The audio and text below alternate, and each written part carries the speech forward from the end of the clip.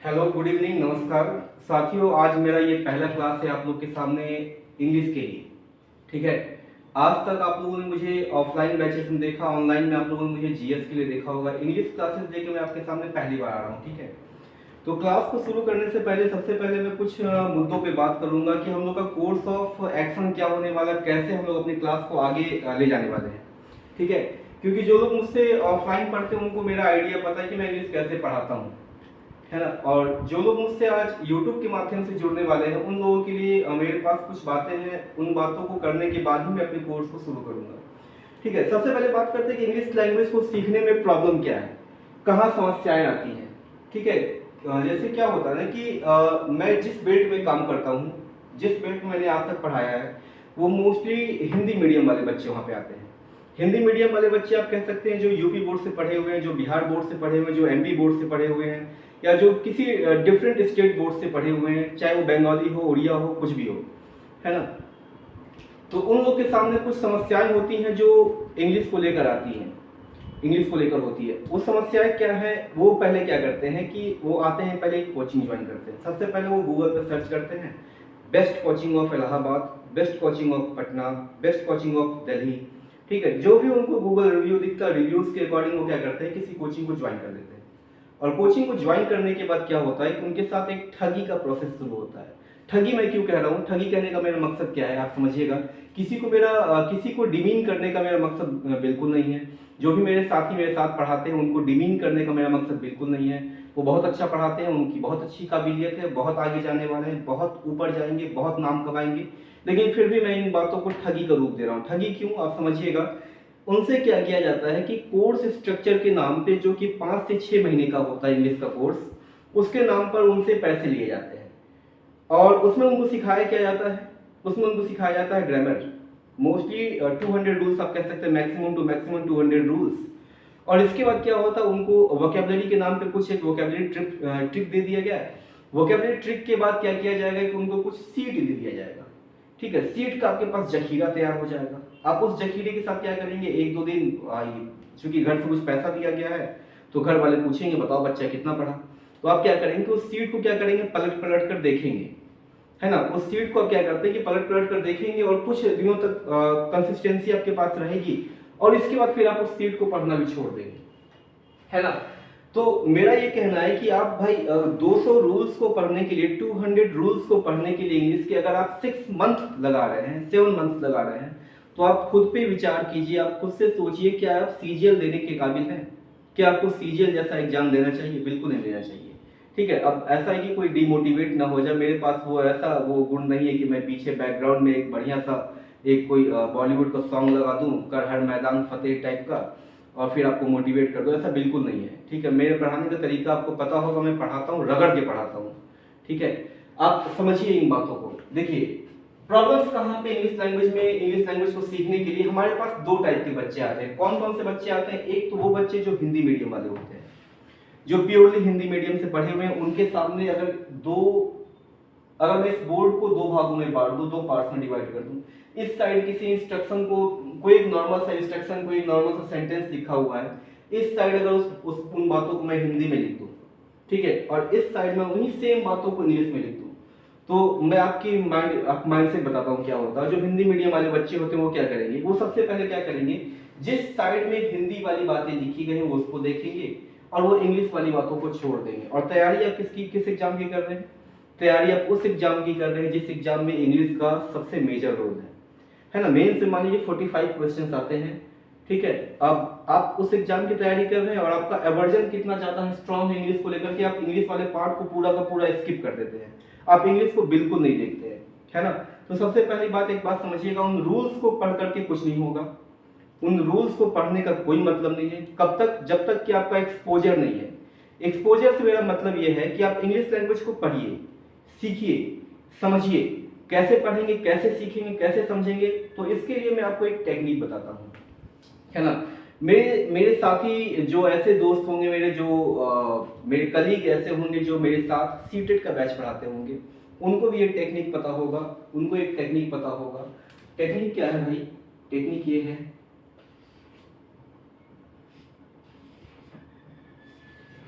है ना। जैसे मान लो एक छोटा सा बच्चा है, एक छोटा सा बच्चा है, कोई भी बच्चा हो, छोटा सा बच्चा, ठीक, एक छोटा सा बच्चा है, इंग्लिश लैंग्वेज और पेडागोजी की बात की जा रही है। मान लो एक छोटा सा बच्चा है, वो बच्चा क्या करता है, अभी वो बोलना सीखेगा, धीरे धीरे आप देखेंगे कि ये भी जो भी उसका नेटिव लैंग्वेज हो, आप धीरे धीरे देखेंगे वो बच्चा उसमें मास्टर हो जाएगा, वो बच्चा उसमें उस लैंग्वेज में अच्छा कमांड कर लेगा। कैसे करता है आप समझिएगा। सबसे पहले क्या करता है, सबसे पहले वो लिसनिंग हैबिट को डेवलप करता है। लिसनिंग हैबिट को डेवलप करने से मेरा मतलब क्या है कि वो सबसे पहले सुनता है कि उसके आसपास के लोग उस लैंग्वेज को कैसे बोल रहे हैं। अब आपके आसपास तो मेरे ख्याल से इंग्लिश बोलने वाले मिनिमम 1% लोग होंगे जो इंग्लिश में बोलते हो, इंग्लिश में बातें करते हो, अपने व्यूज अपने आइडियाज को इंग्लिश में एक्सप्रेस करते हो, ऐसे बहुत कम लोग होंगे। तो लिसनिंग के लिए आप क्या करेंगे, किस जगह से आप इंग्लिश को सीखेंगे, सुनेंगे, आप क्या करें, किसी एक अच्छे न्यूज़ चैनल को देखें जिसमें बातें हो रही हो, जिसमें डिबेट्स हो रहे हो इंग्लिश में, डिबेट्स पे हेल्दी डिबेट्स हो रहे हो, कोई रीजनल डिबेट ना हो रहा हो, कोई रिलीजन पे बेस्ड डिबेट ना हो रहा हो, ऐसा डिबेट देखें जो हेल्दी हो, है ना, कंस्ट्रक्टिव डिबेट देखेंगे, ठीक है। तो लिसनिंग वाला एस्पेक्ट आपका वहाँ पे पूरा हो जाएगा।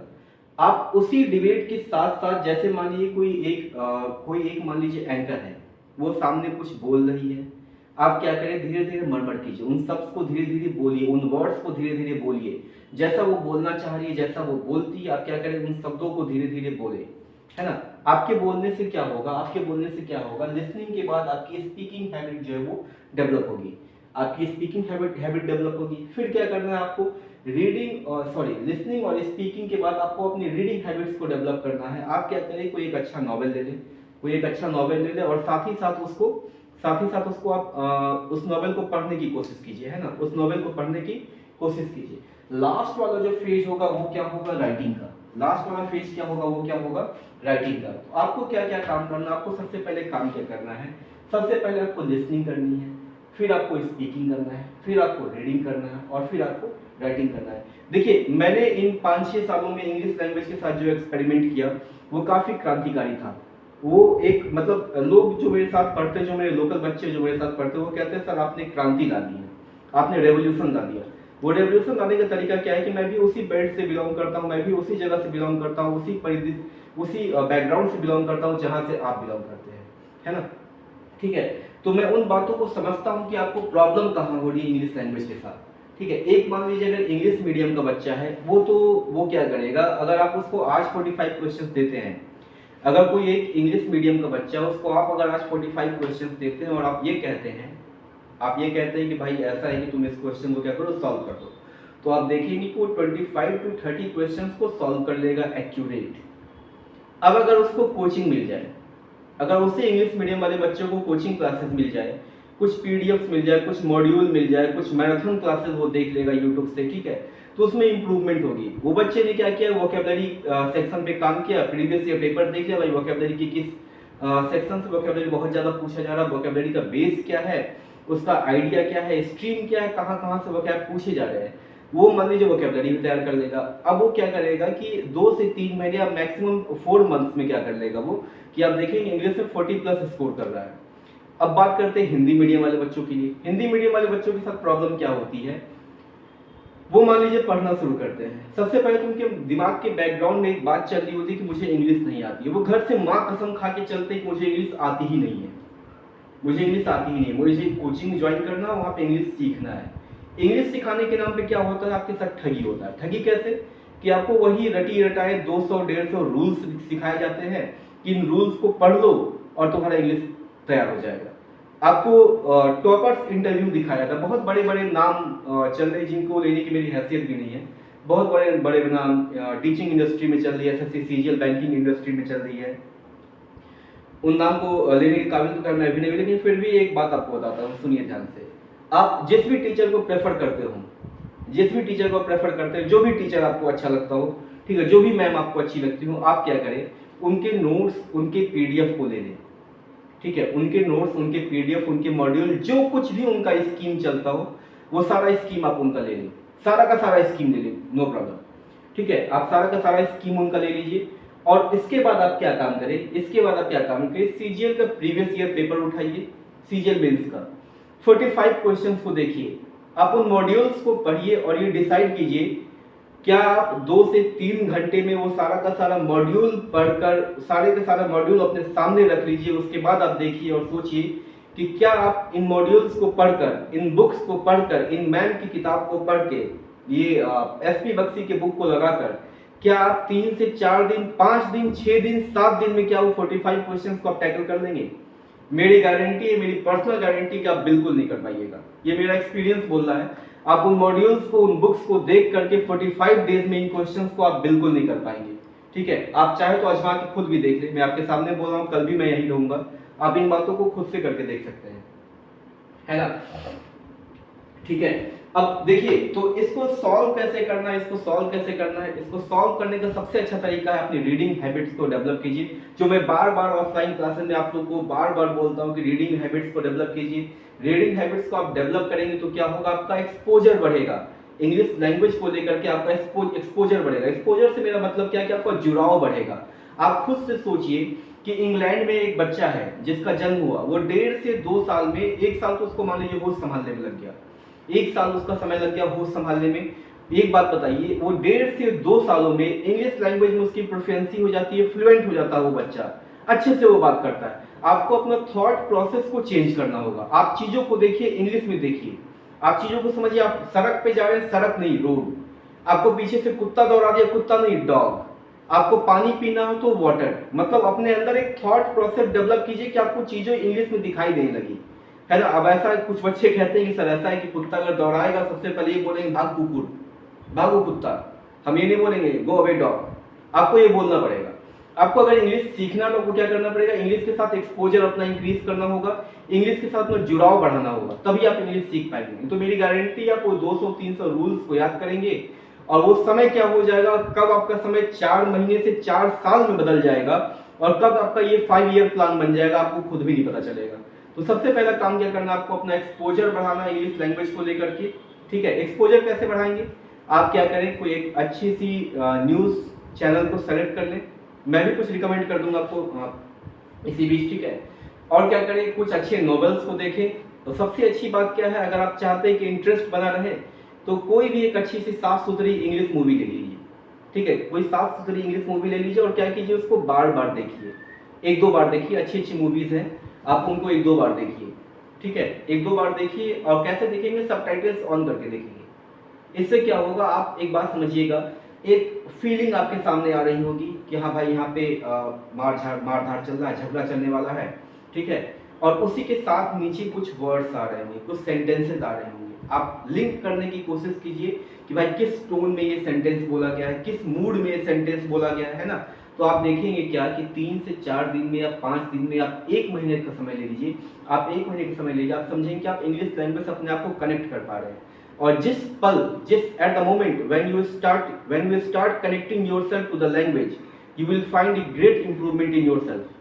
आप देख पाएंगे क्या कि जिस पल आप इंग्लिश लैंग्वेज के साथ अपने आप को कनेक्ट करने की कोशिश करेंगे, जैसे ही आप इंग्लिश लैंग्वेज से अपने आप को कनेक्ट करते हैं, आप देखेंगे क्या कि आपके अंदर अपने आप इंप्रूवमेंट आ जाएगा, वोकैबुलरी अपने आप डेवलप होने लगेगा, है ना?